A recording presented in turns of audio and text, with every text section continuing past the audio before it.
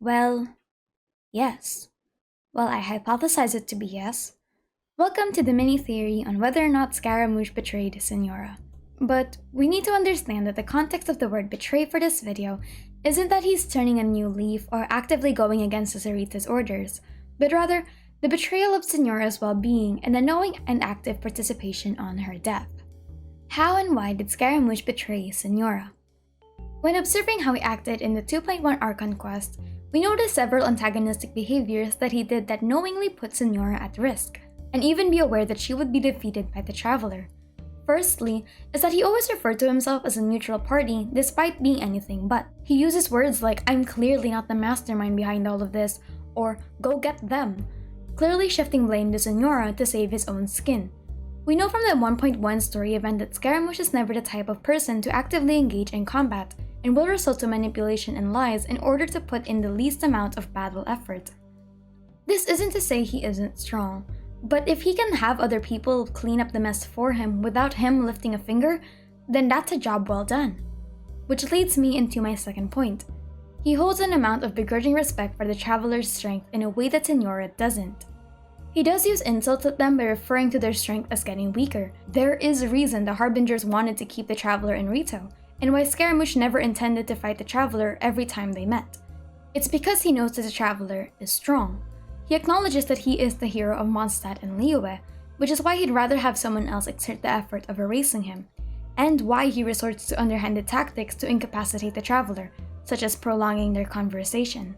He also played with Signora's own arrogance and wanted to see if she would take the bait of finally ending the person that kept chasing her for 3 nations. And she did, and he got exactly what he wanted. Third, he is aware of the effects of the Tatarigami and the potential boost it could give to the abilities of the Traveler. It's interesting to note that these two scenes have the same glitch effects that show that the Traveler is in an emotional state of distress, and we do know that the energy that incapacitated the Traveler was feeding off of the wrath of the gods. We also know that the Tatarigami is a kind of Archon residue, and since it's in a delusion, it's a kind of steroid that inherently unlocks a person's battle capabilities, similar to what we see in the manga. But it isn't impossible to say that Scaramouche is aware of how strong an elemental being exposed to the prototype of delusions can be, especially when he himself is one, and why he wasn't about to lose an arm or a leg fighting the Traveler in such a primal rage-like state. So fourth, against the conditions of their joint project to uphold the Vision Hunt Decree, Scaramouche leaves Signora to deal with the Traveler and the Resistance and the Shogun. We need to understand that despite Scaramouche saying he isn't one of the puppeteers behind the Vision Hunt Decree, that's clearly not the case. He didn't just suddenly arrive in Inazuma to sightsee. We know from dialogue during the fight in the facility that the Crystal Mirror project is a work of the Harbingers, and from the conversation in the Kujo clan, the word diplomats is plural.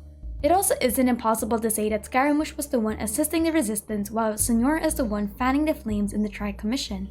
Consider the fact that Kokomi, for all her intelligence and strategical abilities, wasn't aware that she was dealing with the Fatui. She states that this is a mystery sponsor, who simply asked them to dedicate themselves fully to fighting against the Shogun's army.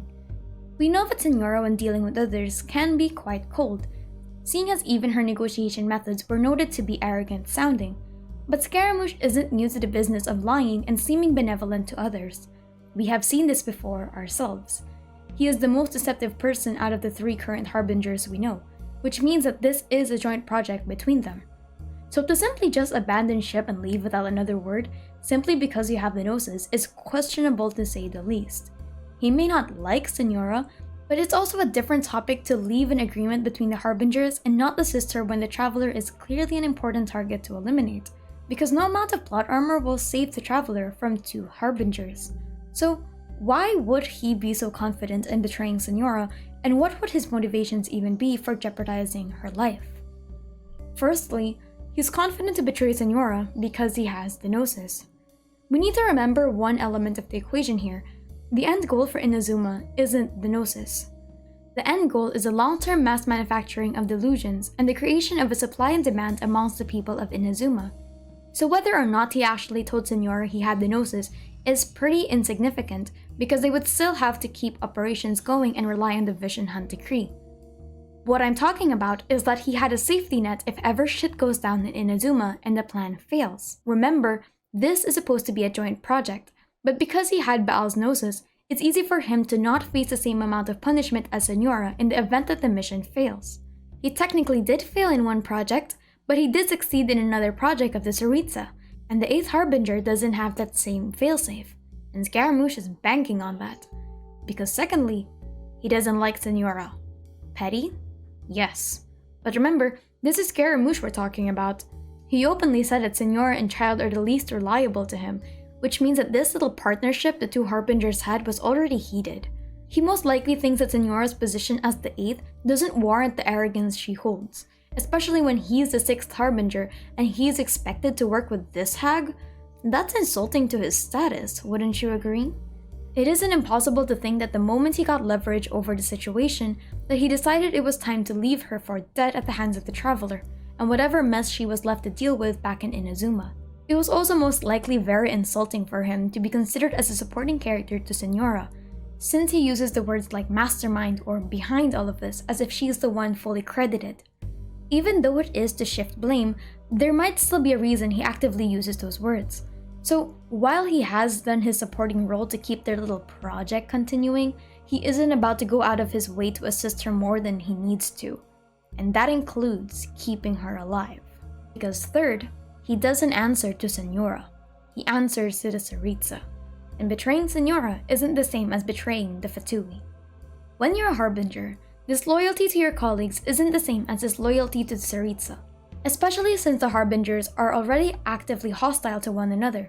Tartaglia, for example, is very transparent about his distaste for the other Harbingers, and has shown open bouts of betrayal by telling the Traveler if they fight the Harbingers, he is more than willing.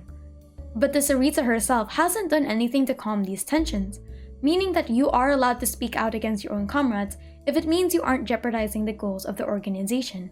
They do hold their own separate divisions after all. So while they do have joint projects like this, it's fair to say that most of the projects are isolated cases. So there are no real repercussions that could warrant suspicion towards him as the 6th, if he does have the Gnosis and gives it to Tsaritsa. It wasn't his fault that Signora was dead after all. He simply had other priorities at the time, like delivering an important artifact that could further the goal of the Harbingers.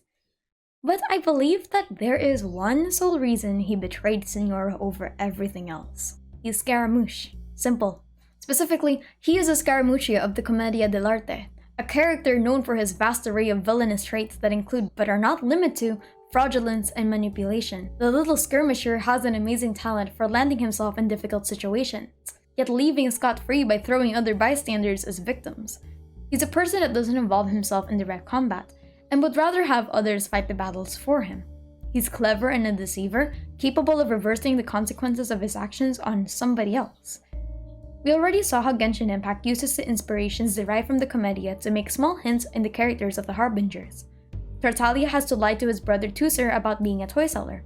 Signora has a lover, which is a nod to her relationship with Pantalone in the Commedia, and Scaramouche is willing to use other people as a means to the end, if it means that he gets away without doing anything. So, yeah.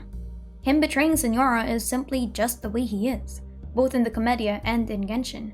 Or at the very least, betrayal in the context of him not wanting to help her and seemingly leaving after taking the Gnosis, which indirectly causes her death and the failure of the project because one of the Fatui diplomats are effectively silenced.